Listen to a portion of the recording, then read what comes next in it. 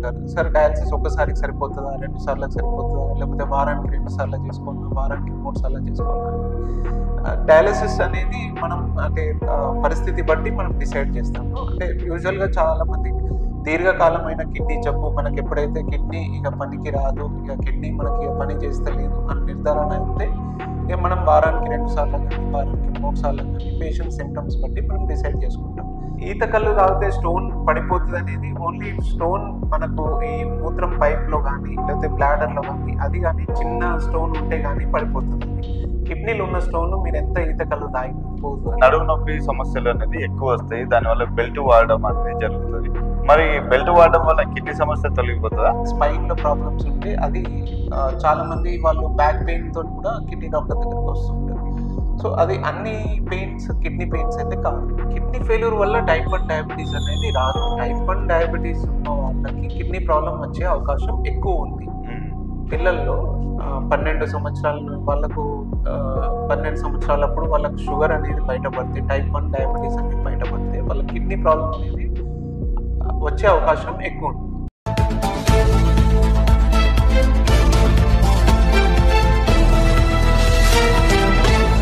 నమస్తే, welcome to NSTV. నేను మీ శ్రావణ్. ఈరోజు మాట ముచ్చట కార్యక్రమంలో మనతో పాటు డాక్టర్ నెఫ్రాలజిస్ట్ ఉన్నారు.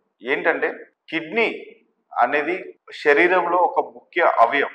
మన శరీరంలోని వ్యర్థ పదార్థం ద్రవ రూపంలో మన శరీరం నుంచి మనల్ని వేరు చేసి బయటికి పంపించే ప్రక్రియని కిడ్నీ చేస్తుంది.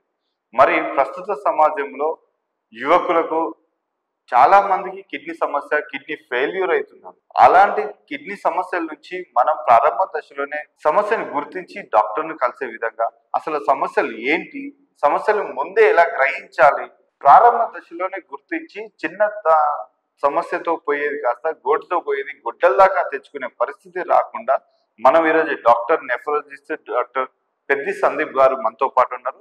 వారిని వివరాలు అడిగి అసలు కిడ్నీ సమస్య ఎలా వస్తుంది, వస్తే కనుక ఎలా గుర్తించాలి, దానికి సంబంధించిన చికిత్స ఎలా తీసుకోవాలి, ఎక్కడెక్కడ మనకు ఉంది అనేది తెలుసుకుందాం. రండి. నమస్తే సార్. నమస్తే అండి. సార్ ఎలా ఉన్నారు సార్? ఫైన్. ఎలా జరుగుతుంది సార్? నేను బాగున్నాను సార్. ప్రాక్టీస్ ఎట్లా ఉంది సార్? నడుస్తుంది. సో సార్, ఈరోజు మేము మీ ముందుకు ఎందుకు వచ్చామంటే సార్, కిడ్నీ సమస్యలు అనేది రోజు రోజుకు మన కరీంనగర్లో పెరిగిపోతా ఉన్నాయి. ముఖ్యంగా అంతకుముందు కిడ్నీ సమస్యలు అంటే ఒక 60-70 సంవత్సరాల వరకు వచ్చేది. ప్రస్తుతం ఏమవుతుందంటే యువకులకే వస్తుంది, చిన్నపిల్లలు కూడా అటాక్ అవుతుంది. అసలు కిడ్నీ సమస్య భారీ నుంచి అసలు చిన్న మొదలైన సమస్యను తేలిక తీసుకోవడం వల్ల చాలా పెద్దగా అవుతా ఉంది. సో ప్రారంభ దశలో వాటిని ఎలా గుర్తించాలి, అసలు కిడ్నీ సమస్యలు ఎలా వస్తాయి అనేది మేము మీకు ఈరోజు తెలుసుకొని మా ప్రజలకు ఎన్ఎస్టీవీ ప్రేక్షకులు చెప్పాలనుకుంటాం. సో దానిపైన మీరు ఈరోజు మాతో మీ సమస్యలన్నిటికీ క్లుప్తంగా చెప్పాలని మేము కోరుకుంటున్నాం. కిడ్నీస్ అనేది ముఖ్యమైన అవయవాలు అండి. కిడ్నీలో 2 కిడ్నీస్ ఉంటాయి ప్రతి మనిషికి. కొంతమందిలో ఒకటి ఉండొచ్చు, కొంతమందిలో వేరే పొజిషన్లో కూడా ఒకటి నార్మల్ పొజిషన్ ఉండొచ్చు, ఒకటి అబ్నార్మల్ పొజిషన్ ఉండొచ్చు. వీటిని ఎక్టోపిక్ కిడ్నీస్ అంటారు. సో యూజువల్గా ఒక మనిషికి 2 కిడ్నీస్ ఉంటాయి. So kidneys are main for excretory function. Apart from excretory function అంటే మనం చెత్త పదార్థాలని మూత్రం ద్వారా బయటికి పంపించడం కాకుండా కూడా చాలా ఇంకా ముఖ్యమైన పనులు కూడా చేస్తాయి. శరీరంలో చేసేటువంటి ప్రక్రియ ఏంటి, కిడ్నీ మనిషికి ఏం అవసరం కొంచెం చెప్పాలి. ప్రతి మనిషికి ఒక 2 కిడ్నీస్ ఉంటాయి. కిడ్నీస్ అపార్ట్ ఫ్రమ్ మన బ్లడ్ ప్యూరిఫికేషన్ కాకుండా కూడా ఇంకా వేరే ఎండోక్రైన్ ఫంక్షన్స్, బ్లడ్ ఇంప్రూవ్ చేయడానికి ఫంక్షన్, బోన్ ఇంప్రూవ్మెంట్ ఫంక్షన్స్, ఇవన్నీ కూడా చాలా పంపించడమే తెలుసు. కానీ ఇప్పుడు ఇన్ని ఫంక్షన్స్ ఉంటాయనేది కూడా కొంతమందికి తెలియకపోవచ్చు. ఇంకా యూరిన్ ఇవి కాకుండా కూడా మన బాడీలో ముఖ్యమైన sodium, potassium, chloride, calcium, magnesium, ఇవి ఇంపార్టెంట్ మినరల్స్ కూడా మనకు బాడీలో మెయింటైన్ చేస్తుంది. సో ఈ మెయింటైన్ చేయడం వల్ల కూడా మనకు ఇతర అవయవాల కిడ్నీల ప్రాబ్లం వల్ల పొటాషియం తగ్గిపోయినా మనకు వీక్నెస్ వచ్చేస్తుంది, మజిల్ వీక్నెస్ వచ్చేస్తుంది. పొటాషియం ఎక్కువైతే హార్ట్ పైన ఎఫెక్ట్ పడుతుంది. సో ఇట్లా ఓన్లీ చెత్త పదార్థాలని బయటికి పంపించడమే కాకుండా చాలా ముఖ్యమైన పనులు కూడా కిడ్నీ చేస్తాయి. మీరు అన్నారు కిడ్నీకి ఇలా ఫంక్షన్ చేస్తున్నాయి, ఇలాంటి శరీరంలో ఇవన్నీ పనులు చేస్తుంది అని మీరు చెప్పారు. సో నేను అడిగేది ఏంటంటే అసలు కిడ్నీ సమస్య అనేది ఎన్ని రకాలు వస్తుంది, ఏమేమి వస్తుంది? మీరు ఇందాక చెప్పింది కిడ్నీ ఫంక్షనింగ్ ఏమేమి పనులు చేస్తాయని. సో ఈ మధ్య కాలంలో కిడ్నీ రోగులు ఎక్కువైతున్నారు. సో ఏమేమి సమస్యలు తలెత్తొచ్చు? కారణాల వల్ల మనకి కిడ్నీలో ప్రాబ్లంలు తలెత్తచ్చు. ఒకటి మనకు అక్యూట్ కిడ్నీ ఇంజరీ అంటాం, అంటే తాత్కాలికమైన కిడ్నీ ఫెయిల్యూర్ అంటాం. రెండోది క్రానిక్ కిడ్నీ డిసీజ్ అంటాం, అంటే దీర్ఘకాలమైన కిడ్నీ జబ్బు. వీటికి వేరే కారణాలు ఉంటాయి, అవి తర్వాత డిస్కస్ చేసుకుందాం. మూడోది స్టోన్స్ రావడం. నాలుగోది మూత్రంలో ఫిల్టర్లలో ప్రాబ్లం అవడం వల్ల మనకు కాళ్ళ వాపులు రావడం. నాలుగోది మూత్రంలో ఎరుపు రావడం, మూత్రంలో ఇన్ఫెక్షన్స్ రావడం, మూత్రం కాఫీ కలర్లో రావడం. సో ఇవన్నిటి వల్ల కూడా మనకు గ్లోమెరులస్లో డ్యామేజ్ ఉన్నది మనకు ఒక ఐడియా వస్తుంది. సో మనకు acute kidney injury, chronic kidney disease, glomerular disease, ఇంకా మనకు ఈ కిడ్నీలో ట్యూబ్లో ఇంటర్స్టిషియం అంటాం. సో ఇలాంటి డిసీజెస్ వల్ల కూడా మనకు కిడ్నీస్ ప్రాబ్లం అవుతుంది. ఓకే సార్, ఇప్పటి వరకు కిడ్నీ యొక్క సమస్యలు మీరు చెప్పారు. మరి ఆ సమస్యలకు కారణాలు ఏమై ఉండొచ్చు? అది ఎట్లాంటి సందర్భాల్లో ఈ సమస్యలు వస్తాయి? అక్యూట్ కిడ్నీ ఇంజరీ అనేది మనకు చాలా కారణాల వల్ల వస్తుంది. సింపుల్, మనకు వాటర్ సరిగా తీసుకోకపోయినా, అనవసరమైన మెడికేషన్స్ తీసుకున్న, ఇన్ఫెక్షన్స్ వల్ల, వేరే మనకు వేరే బాడీలో ఎక్కడ వేరే అవయవంలో ఇబ్బంది అయినా, ఫర్ ఎగ్జాంపుల్ మనకు ఛాతీలో ఇన్ఫెక్షన్ అయ్యి మనం హాస్పిటల్లో అడ్మిట్ అవుతాం, లేకపోతే హార్ట్ ప్రాబ్లం అయ్యి హాస్పిటల్లో అడ్మిట్ అవుతాం, లేకపోతే లివర్ ప్రాబ్లం, అట్లా వేరే అవయవం పైన ఎఫెక్ట్ కూడా ఇటు కిడ్నీ పైన ఎఫెక్ట్ కనిపిస్తుంటుంది. సో ఇవన్నీ తాత్కాలికమైన కిడ్నీ ఫెయిల్యూర్ అంటాం, అక్యూట్ కిడ్నీ ఇంజరీ. దీర్ఘకాలమైన కిడ్నీ జబ్బులు అనేది రెండో సమస్య. ఈ దీర్ఘకాలమైన కిడ్నీ జబ్బు ఈ మధ్య కాలంలో చాలా ఎక్కువైపోయింది. దీనికి గల కారణాలు, మొదటి కారణం చాలా మందిలో ఏంటంటే షుగర్ అనేది. ఇప్పుడు డయాబెటీస్ అనేది, ఇప్పుడు India is the capital of the world in terms of diabetes. So ఈ డయాబెటీస్ అనేది మనకు తెలిసిన విషయం. టైప్ 1 అండ్ టైప్ 2 అంటాం. టైప్ 1 అంటే చిన్నపిల్లల్లో కూడా చూస్తాం, టైప్ 2 అంటే యూజువల్గా పెద్దవాళ్ళలో చూస్తాం, 30-40 ఇయర్స్ దాటిన వాళ్ళు. సో ఈ టైప్ 1 డయాబెటీస్ వాళ్ళు కూడా చాలా మంది చిన్నపిల్లలు, ఇప్పుడు మీరు అన్నట్టు 30 ఇయర్స్ 40 ఇయర్స్ వాళ్ళు కూడా ఈ టైప్ 1 డయాబెటీస్ వల్ల కిడ్నీస్ ఖరాబ్ అయిన వాళ్ళు కూడా ఇందులో ఉన్నారు. షుగర్ కాకుండా ఇంకా next BP. So BP control పెట్టుకోకపోవడం వల్ల, ఇప్పుడు మీరు అన్నట్టు గొడవల దాకా తెచ్చుకోవడం అనేది, ఇప్పుడు ఇనిషియల్ స్టేజెస్లో బీపీ కంట్రోల్లో పెట్టుకోరు. ఇప్పుడు చాలా మంది యంగ్స్టర్స్ ఏంటంటే బీపీ కొంచెం టెన్షన్ ఉన్నా, కొంచెం నిద్ర లేదు, అట్లా వాళ్ళు the neglect BP recordings. BP ఒకసారి 140 వస్తుంది, 150 వస్తుంది, కిందిది కూడా 140/100 అట్లా వస్తుంది. They neglect that reading. And 3 months తర్వాత 4 months తర్వాత వాళ్ళకు క్రియాటిన్ పెరగడం అనేది స్టార్ట్ అవుతుంది. అంటే దట్ ఇండికేట్స్ ఇక కిడ్నీ ప్రాబ్లం అనేది, ఇక ఫెయిల్యూర్ అనేది స్టార్ట్ అవుతుంది లెక్క. సో ఇవన్నీ ఏంటంటే చాలా ఎర్లీగా మనం కనుక్కుంటే ఈ చాలా మటుకు జబ్బులకు మనం కంట్రోల్ చేసుకోవచ్చు, అంటే కిడ్నీ ఫెయిల్యూర్ వెళ్లకుండా చూసుకోవచ్చు. కిడ్నీ సమస్యలు తలెత్తే అవకాశాలు ఉన్నాయి సార్? లేదు, నేను అనేది ఏంటంటే ఇప్పుడు సపోజ్ వాళ్ళు వచ్చారు, వాళ్ళు బీపీ చెక్ చేసుకుంటారు, బీపీ పెరుగుతుంది, బీపీ పెరిగింది, చెక్ చేసుకోవాలి, యూరిన్ టెస్ట్ చేసుకోవాలి, బ్లడ్ టెస్ట్ చేసుకోవాలి అంటే వాళ్ళు మళ్ళీ లేదు సార్ నాకు నిద్ర నుండి, నిన్న టెన్షన్ ఉండే, వర్క్ టెన్షన్ ఉంది. సో వాళ్ళు they neglect this BP recording. మీరు చెప్పినట్టు చిన్నపిల్లల్లో టైప్ 1 డయాబెటీస్ అనేది ఈ మధ్య కాలంలో ఎక్కువ వస్తుందండి. సో ఈ చిన్నపిల్లలు టైప్ 1 డయాబెటీస్ కనుక ఎలా గుర్తించాలి, ఎలా దీన్ని ప్రారంభ దశలో గుర్తించి డాక్టర్ని కన్సల్ట్ అవ్వాలి? టైప్ 1 డయాబెటీస్ అనేది ఇక అది వాళ్ళు షుగర్ డాక్టర్ వాళ్ళు చూస్తారు. వాళ్ళు షుగర్ చిన్న బ్లడ్ టెస్ట్ చూస్తే మనకు తెలిసిపోతుంది షుగర్ ఎక్కువ ఉందా లేదా అనేది. షుగర్ ఎక్కువ ఉండడం వల్ల ఇక టైప్ 1 వాళ్ళు యూజువల్గా ఎక్కువ ఇన్సులిన్ వాడాల్సి వస్తుంది. అండ్ టైప్ 1 వాళ్ళు 90% of them go to kidney damage. చిన్నపిల్లలు టైప్ 1 డయాబెటిక్ వచ్చిన వాళ్ళు చాలా వరకు కిడ్నీ ఫెయిల్యూర్లోకి వెళ్ళిపోతారు. మరి వాళ్ళని ఎలా కాపాడుకోవడం? వాళ్ళు ఇనిషియల్ దశలో వాళ్ళు ఇన్సులిన్ కరెక్ట్ గా తీసుకుంటూ, వాళ్ళు కరెక్ట్ డయాగ్నోస్ చేసుకుంటూ, కరెక్ట్ ఒక షుగర్ డాక్టర్ దగ్గర ఫాలో అయ్యి షుగర్ ని కంట్రోల్ పెట్టుకోవాలి. షుగర్ ని ఏదో ఒక రోజు కంట్రోల్ పెట్టుకుంటే కిడ్నీని కాపాడుకుంటామని కాదు, లాంగ్ టర్మ్ ఒక 5 years 10 years వాళ్ళు షుగర్ ని తరో కంట్రోల్లో పెట్టుకోవాలి. అంతే, ఇంకా కంట్రోల్ పెట్టుకోవడమే ఫస్ట్. ఇక మనం జబ్బుని ఆపలేకపోయినా అట్లీస్ట్ జబ్బుని మనం దూరం జరుపుకోవచ్చు. కొద్ది రోజులు కొద్ది రోజులు కంట్రోల్లో పెట్టుకుంటే. మరి ఇలాగే కిడ్నీ సమస్యలు ఆల్రెడీ తెలుసో తెలియకో రోగస్తులు అయి ఉంటారు. ఇలా కిడ్నీ సమస్యలు పెరగకుండా మరి ఎలాంటి జాగ్రత్తలు తీసుకోవాలి? ఎలాంటి జాగ్రత్తలు తీసుకున్నట్లయితే మీరు చెప్పినట్టు ఇంతకుముందు అన్నారు రోగం వచ్చింది, దాన్ని కొన్ని రోజుల పాటుకు దూరం పెట్టొచ్చు తగిన జాగ్రత్తలు తీసుకుంటే.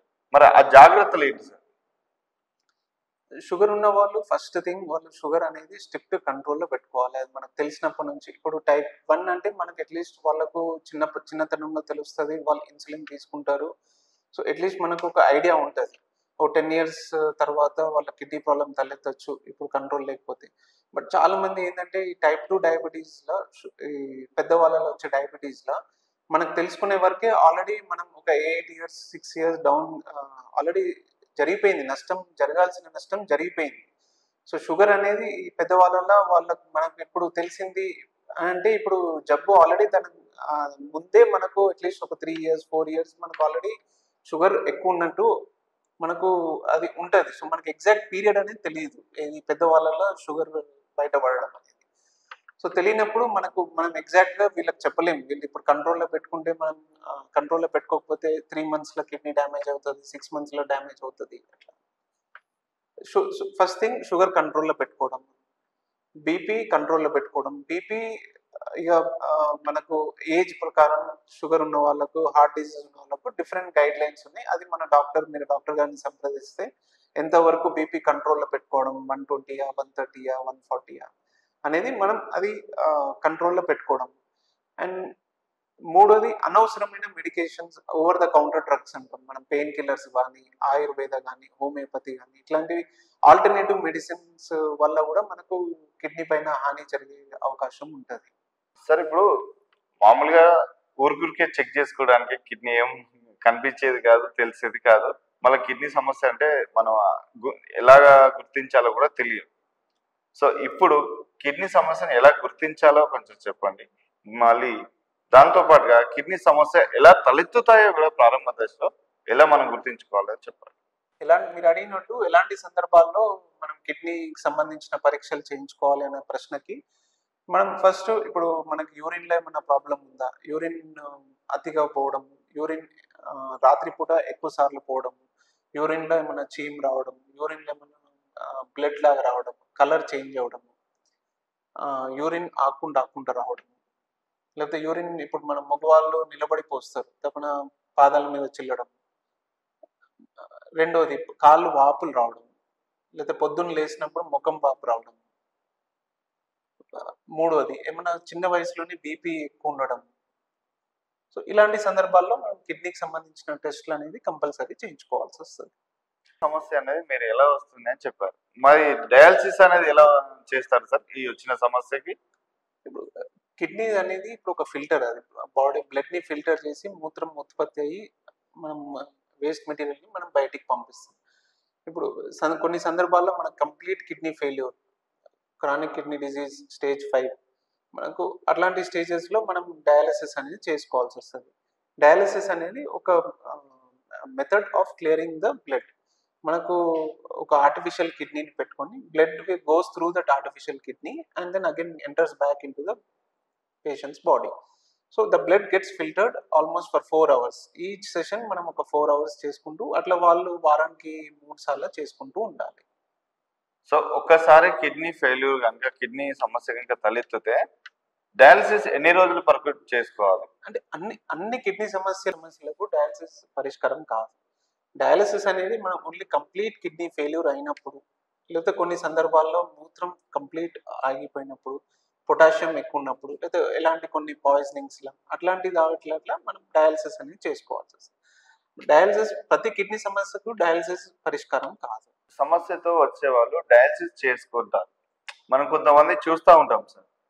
సో కిడ్నీ సమస్యతో వచ్చిన వాళ్ళు డయాలసిస్ ఒక్కసారి చేసుకొని సరిపోతా, కొన్ని రోజుల వరకు చేసుకుని సరిపోతా, లేకపోతే జీవితకాలం డయాలసిస్ చేయాల్సిందే? మంచి ప్రశ్న అడిగింది. చాలా మంది అడుగుతుంటారు, సార్ డయాలసిస్ ఒక్కసారికి సరిపోతుందా, 2 సార్లకు సరిపోతుందా, లేకపోతే వారానికి 2 సార్లు చేసుకోవాలా, వారానికి 3 సార్లు చేసుకోవాలా? డయాలసిస్ అనేది మనం అంటే పరిస్థితి బట్టి మనం డిసైడ్ చేస్తాము. అంటే యూజువల్గా చాలా మంది దీర్ఘకాలమైన కిడ్నీ జబ్బు మనకి ఎప్పుడైతే కిడ్నీ ఇక పనికి రాదు, ఇక కిడ్నీ మనకి ఇక పని చేస్తలేదు అని నిర్ధారణ అయితే ఇక మనం వారానికి 2 సార్లు కానీ వారానికి 3 సార్లు కానీ పేషెంట్ సిమ్టమ్స్ బట్టి మనం డిసైడ్ చేసుకుంటాం.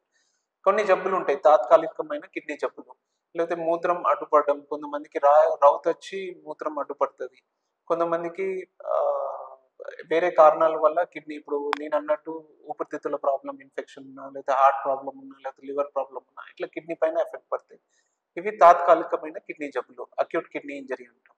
సో వీటికి కొంతమందికి ఒక 1 వీక్, 10 డేస్, 15 డేస్ అట్లా, అది మనం ఇక పరిస్థితి బట్టి ఏ రోజుకి ఆ రోజు మనం పరిస్థితి బట్టి డిసైడ్ చేసుకోవాల్సి వస్తుంది. అంటే సమస్యను బట్టి కిడ్నీ ఫెయిల్యూర్ గల కారణాలను బట్టి మనం చేసుకోవాల్సి వస్తుంది.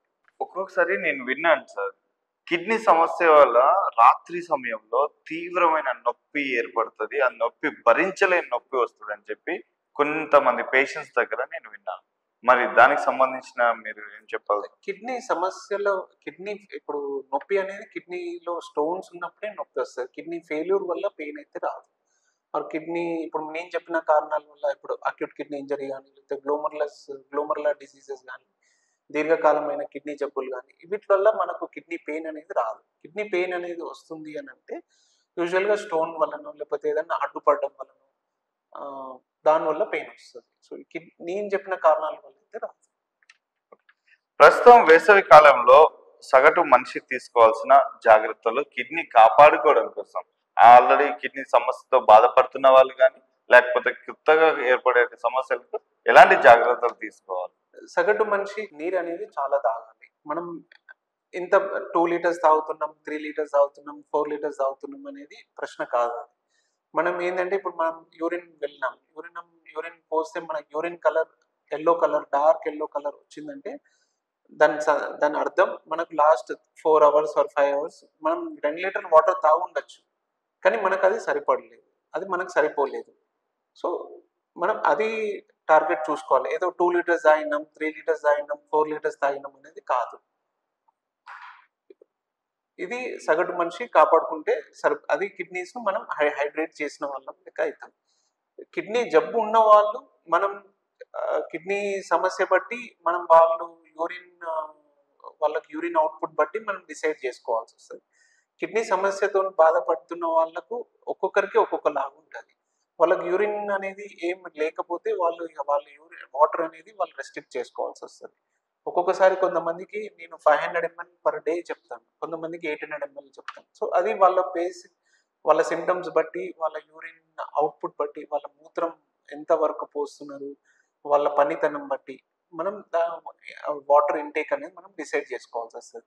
అందరికీ 1 లీటర్ తాగండి, అందరికీ 2 లీటర్ల వరకే తాగండి అనేది మనం బ్లాంకెట్ స్టేట్మెంట్ అయితే మనం ఇవ్వరాదు.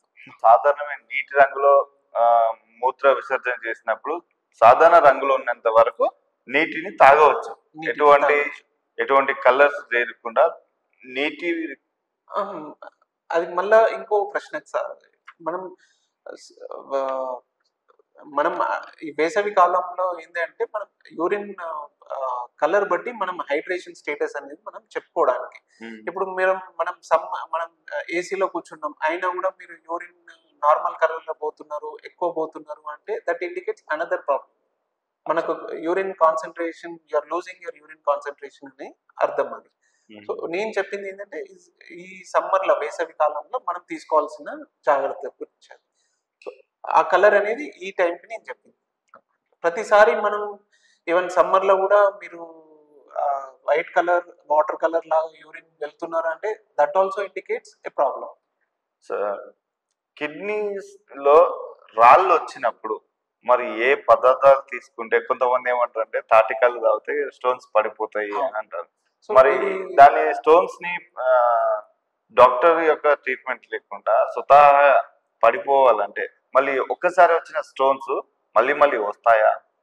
ఈత కళ్ళు తాగితే స్టోన్ పడిపోతుంది అనేది ఓన్లీ స్టోన్ మనకు ఈ మూత్రం పైప్ లో కానీ, లేకపోతే బ్లాడర్ లో కానీ, అది కానీ చిన్న స్టోన్ ఉంటే కానీ పడిపోతుంది. అది కిడ్నీలో ఉన్న స్టోన్ మీరు ఎంత ఈత కళ్ళు తాగినా పోదు. అది అంటే నేను చిన్నప్పటి నుంచి అది ఓన్లీ మూత్రం పైప్ లో, మన పెల్విక్ క్యాల్సియం సిస్టమ్ అంటాము, లేకపోతే యూరేటర్ అంటాము. సో అక్కడెక్కడన్నా దారిలో ఉన్నది మనం ఈత కళ్ళు తాగడం వల్ల ఏంటంటే యూరిన్ ఎక్కువ ప్రొడ్యూస్ అవుతుంది. సో యూరిన్ ఎక్కువ ప్రొడ్యూస్ అయితే అది బయటికి కొట్టుకుపోతుంది, ఫ్లష్ అవుట్ అయిపోతుంది. సో అంతే అర్థం. అది బీర్ తాగొచ్చు, ఈత కళ్ళు తాగొచ్చు. ఓకే. పురుషులకు మహిళలకు రకరకాలుగా ఉంటుందా? మరి కిడ్నీ విషయాలకు వస్తే పురుషులైనా మహిళలైనా ఒకే రకమా? అంటే కొన్ని కారణాలు, ఇప్పుడు ఫర్ ఎగ్జాంపుల్ మనం లూపస్ అనేది తీసుకుంటే అది ఆడవాళ్ళకి ఎక్కువ వస్తుంది. బట్ షుగర్, బీపీ, ఈ రొటీన్ డిసీజెస్ అనేది ఆడవాళ్ళకు మగవాళ్ళకు అనేది వ్యత్యాసం లేదు. నడుము నొప్పి సమస్యలు అనేది ఎక్కువ వస్తాయి, దానివల్ల బెల్ట్ వాడడం అనేది జరుగుతుంది. మరి బెల్ట్ వాడడం వల్ల కిడ్నీ సమస్య తొలగిపోతుందా? లేదు, అది స్పైన్లో ప్రాబ్లమ్స్ ఉంటే అది చాలా మంది వాళ్ళు బ్యాక్ పెయిన్ తో కూడా కిడ్నీ డాక్టర్ దగ్గరకు వస్తుంటారు. సో అది అన్ని పెయిన్స్ కిడ్నీ పెయిన్స్ అయితే కాదు. సార్, కిడ్నీ సమస్య మొదలైన తర్వాత, కిడ్నీ ఫెయిల్యూర్ అయిన తర్వాత డయాలసిస్ కాకుండా వేరే మార్గాలతోనే కిడ్నీని మళ్ళీ మునుపటి లాంటి పరిస్థితి తీసుకురావచ్చా? వన్స్ మనకి ఏంటంటే కిడ్నీ దీర్ఘకాలమైన ఖరాబ్ అయిపోయింది అని మనం డిసైడ్ అయ్యాక డయాలసిస్ కాకుండా మనకి ఓన్లీ కిడ్నీ ట్రాన్స్ప్లాంటేషన్ అనేది ఒక పద్ధతి ఉంది. సో కిడ్నీ ట్రాన్స్ప్లాంట్ అనేది మనకు 2 రకాలుగా జరుగుతుంది మనకి లీగల్గా. ఒకటి లైవ్ రిలేటెడ్, అంటే లైవ్ రిలేటెడ్ అంటే మన బ్లడ్ రిలేషన్, తల్లి తండ్రి, అన్న తమ్ముడు, అక్క చెల్లె, అమ్మ నాన్న, సో లైవ్ రిలేటెడ్. వీళ్ళు కాక ఇంకా సెకండ్ డిగ్రీ రిలేటివ్స్ ఉంటే మనం అది సపరేట్ ఆథరైజేషన్ కమిటీకి మనం అప్రూవల్ పెట్టుకోవాల్సి వస్తుంది. థర్డ్ది డిసీజ్ డోనర్ అంటాం. అంటే జీవన్ దాన్ అనేది మనకు ఇప్పుడు government organisation where Jeevan Daan is allotting the kidneys. ఇప్పుడు మనకు బ్రెయిన్ డెడ్ అయిన డోనర్ ఎవరన్నా ఉన్నారు అని అంటే వాళ్ళు జీవన్ దాన్కి ఇన్ఫార్మ్ చేస్తారు. జీవన్ దాన్ ఆ హాస్పిటల్కి పర్మిషన్ ఇస్తుంది ఆర్గన్ హార్వెస్ట్ చేయడానికి. ఆ ఆర్గన్ మళ్ళీ వాళ్ళు థింగ్ ఇస్ ఇన్ ప్రాసెస్ అది. సో అది రోడ్ పైన యాక్సిడెంట్ అయిన వాళ్ళు, బ్రెయిన్ డెడ్ అయిన వాళ్ళు అవ్యదానం అని అంటాం. సో అది జీవన్ దాన్ కిందకి వస్తుంది. సో ట్రాన్స్ప్లాంట్ అనేది మనకు ఒకటే ఆప్షన్. మనకు డయాలసిస్ కాకుండా ట్రాన్స్ప్లాంట్ అంటే కిడ్నీ మార్పిడి, అది ఒకటే ఆప్షన్. కిడ్నీ మార్పిడిలో మనకు మనం అనుకున్నట్టు 2, live related and disease donor. చిన్నపిల్లల్లో టైప్ 1 డయాబెటిక్స్ అనేది కిడ్నీతో సమస్యతోనే వస్తాయి, వాళ్ళకి ఖచ్చితంగా కిడ్నీ ఫెయిల్యూర్ ఉంది. మరి చిన్నపిల్లలకే వస్తాయి కదా సార్, దానికి గవర్నమెంట్ నుంచి ఏమైనా సహకారం పొందుతుందా? కిడ్నీ ఫెయిల్యూర్ వల్ల టైప్ 1 డయాబెటీస్ అనేది రాదు. టైప్ 1 డయాబెటీస్ ఉన్న వాళ్ళకి కిడ్నీ ప్రాబ్లం వచ్చే అవకాశం ఎక్కువ ఉంది. పిల్లల్లో 12 సంవత్సరాల వాళ్ళకు 12 సంవత్సరాలప్పుడు వాళ్ళకు షుగర్ అనేది బయటపడితే, టైప్ 1 డయాబెటీస్ అనేది బయటపడితే వాళ్ళ కిడ్నీ ప్రాబ్లం అనేది వచ్చే అవకాశం ఎక్కువ ఉంది. సో గవర్నమెంట్ నుంచి అంటే డయాలసిస్ నుంచి మనకు ఆరోగ్యశ్రీ తరఫున అవుతుంది. ఇట్లా టైప్ 1 డయాబెటిక్స్ వాళ్ళకి కిడ్నీ ఫెయిల్యూర్ అయ్యే అవకాశాలు చాలా ఎక్కువ ఉన్నాయి అని చెప్పి అంటున్నారు. సో చిన్నపిల్లల నుంచి వాళ్ళకి ఏం తెలియని వయసు నుంచే కిడ్నీ సమస్య అనేది, డయాబెటిక్ అనేది వస్తూ ఉంటుంది. దానికి ప్రభుత్వం నుంచి ఏదైనా సహకారం పొందవచ్చునా? కిడ్నీ కమ్స్ కోసం, కిడ్నీ మార్పిడి కోసం అవి వాళ్ళు క్లెయిమ్ చేసుకోవచ్చు. సార్, మీరు కిడ్నీ సమస్య మీద ఇంత బాగా చెప్పారు మాకు. మీకు ఎన్ని సంవత్సరాల నుంచి ఎక్స్పీరియన్స్ ఉంది? మీరు ఎన్ని సంవత్సరాలుగా కిడ్నీ పైన చికిత్స చేస్తున్నారు? కిడ్నీ సమస్యతో బాధపడుతున్న రోగులకు ఎన్ని సంవత్సరాల నుంచి చికిత్స చేస్తున్నారు? నేను దాదాపు ఇప్పుడు 2012 నుంచి కిడ్నీ సంబంధిత వ్యాధిగ్రస్తులు కానీ, కిడ్నీకి సంబంధించిన డయాలసిస్కి సంబంధించిన ఇవన్నీ ఆల్మోస్ట్ 2012 నుంచి చూస్తున్నాను. ఇదివరకు తిరుపతిలో పనిచేశాను, ఇప్పుడు ఇక్కడ కరీంనగర్కి వచ్చి ఆల్మోస్ట్ 8 years అవుతుంది. థ్యాంక్ యూ సార్, మీ విలువైన సమయం మా కోసం కేటాయించి కిడ్నీ సమస్యల యొక్క రోగులకు ఎలాంటి జాగ్రత్తలు తీసుకోవాలి, కిడ్నీ సమస్యకు ఎలాంటి సమస్యలు బాధపడుతున్న వారికి చాలా క్లుప్తంగా మాకు మా ప్రేక్షకులు తెలియపరిచినందుకు ధన్యవాదాలు. సో ఇదండి కిడ్నీ సమస్య పైన, కిడ్నీ సమస్య వస్తే ఏం చేయాలి, ఎలా వస్తుంది అనేటువంటి ప్రశ్నలకు మనకు చాలా చక్కటి సమాధానాలు చెప్పింది డాక్టర్ పెద్ది సందీప్ గారు, నెఫ్రాలజిస్ట్, కరీంనగర్. వారిని ఏదైనా ఉంటే నేరుగా సంప్రదించగలరు. మేము వాళ్ళ కాంటాక్ట్ నెంబర్ కింద ఇస్తాము.